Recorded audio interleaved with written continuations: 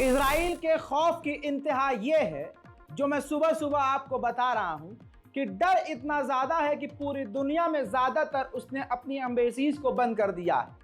अगर आप भारत के हैं और आपको मालूम है कि भारत में इजराइल का दूतावास है, तो दिल्ली में मौजूद इजराइल ने अपने दूतावास और दफ्तर को पूरी तरह से बंद कर दिया है, क्योंकि इजराइल को खतरा मंडरा रहा है। कल के ताज़े तरीन अपडेट में मैंने आपको बताया था, सुबह ही सुबह बता दिया था कि इजराइल ने अपने देश में इमरजेंसी लागू कर दी है।